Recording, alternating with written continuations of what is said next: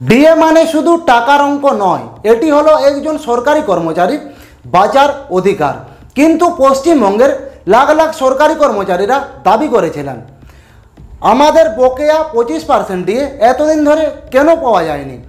এই ইস্যু নিয়ে গোটা রাজ্য জুড়ে চলে আন্দোলন, আদালতের রায় এবং রাজনৈতিক কুটচাল বহু বছর ধরেই চলে আসছে।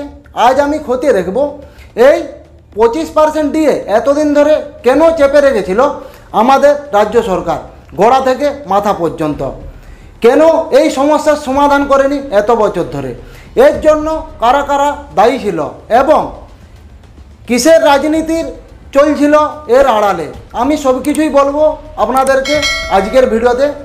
নমস্কার বন্ধুরা, আমি মানু, আপনারা দেখছেন দেশ দুনিয়া ডার্ক স্টোরি।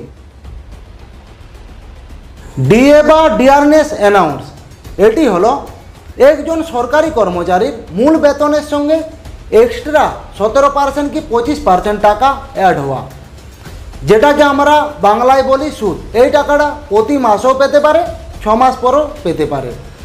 কেন্দ্রীয় সরকার প্রতি 6 মাস অন্তর অন্তর ডিএ আপডেট করে, কিন্তু আমাদের রাজ্য সরকার আজ পর্যন্ত কোনো কর্মচারীকে ডিএ দেয়নি।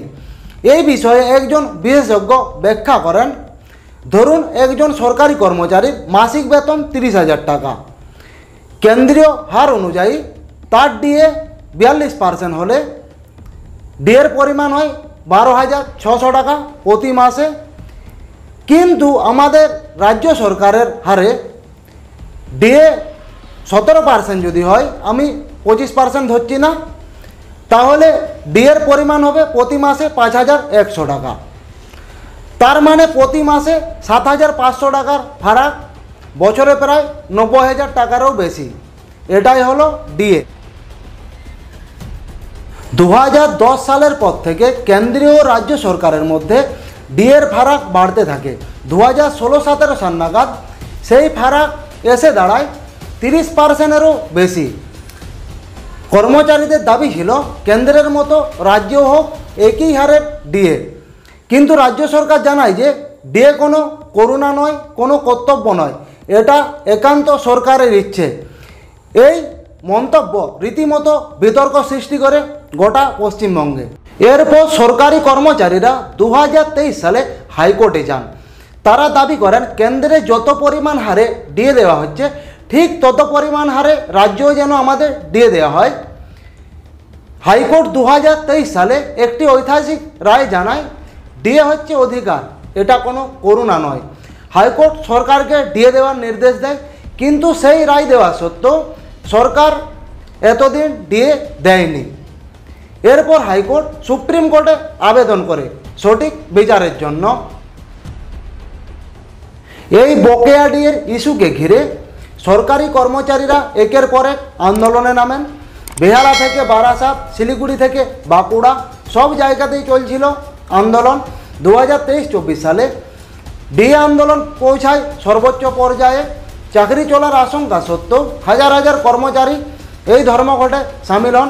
এদের মধ্যে একজন বলেন, আমরা 10 বছর একই বেতনে কাজ করছি, অথচ বাজারে জিনিসের দাম 3 গুণ হচ্ছে। এটা কি ন্যায্য বিচার রাজ্য সরকারের? এছাড়াও হাইকোর্ট রায় দেওয়া সত্ত্বেও আমাদের কেন ডিএ দিচ্ছে না রাজ্য সরকার?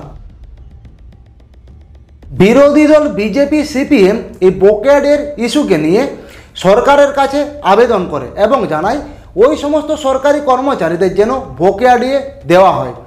অন্যদিকে তৃণমূল সরকার জানায় আমরা নিয়মিত বেতন দিচ্ছি, বকেয়া ডিএ নিয়ে কেন্দ্রীয় কোনো সাহায্য করছে না আমাদেরকে। এবার প্রশ্ন ওঠে একটাই, আমাদের রাজ্য সরকার সত্যিই কি অক্ষম, নাকি ইচ্ছাকৃতভাবে এই বিষয়টা চেপে রেখেছিল? আসল ব্যাপারটা হলো ওই সমস্ত সরকারি কর্মচারীদের বকেয়া ডিএর টাকা দিয়ে আমাদের রাজ্য সরকার চালাচ্ছিল সামাজিক প্রকল্প, যেমন দুয়ারে সরকার, লক্ষ্মী ভাণ্ডার প্রভৃতি। এই বিষয়ে খুব তর্কও বাঁধে, কিন্তু কোনো কাজ হয়নি তখন। এরপর রাজ্য সরকার দাবি জানায় কোভিড, কেন্দ্রীয় বঞ্চনা এবং ঋণভার মিলিয়ে দিয়ে দেওয়া অসম্ভব। কিন্তু রিপোর্ট বলছে আমাদের রাজ্য প্রায় কোটি কোটি টাকা বিজ্ঞাপনে খরচ করে এবং 2024-25 সালে বাজেটে লক্ষ্মী ভাণ্ডার প্রকল্পে বরাদ্দ প্রায় 12,000 কোটি টাকারও বেশি, তাহলে আমাদের দিয়ে দেওয়া হচ্ছে না কেন? শুরু হয় এই বিষয়ে তদন্ত। হাইকোর্ট এই বিষয়ে রিপোর্ট করেন সুপ্রিম কোর্টে এবং সুপ্রিম কোর্ট রায় দেয় 2025 সালে 14ই মে। জানায় যে সমস্ত সরকারি কর্মচারীদের এতদিন দিয়ে দেওয়া হয়নি তাদেরকে এরপর থেকে দিয়ে দেওয়া শুরু হবে। কিন্তু কিছু কিছু কর্মচারীরা জানায় আমাদের 50% দিয়ে দিতে হবে।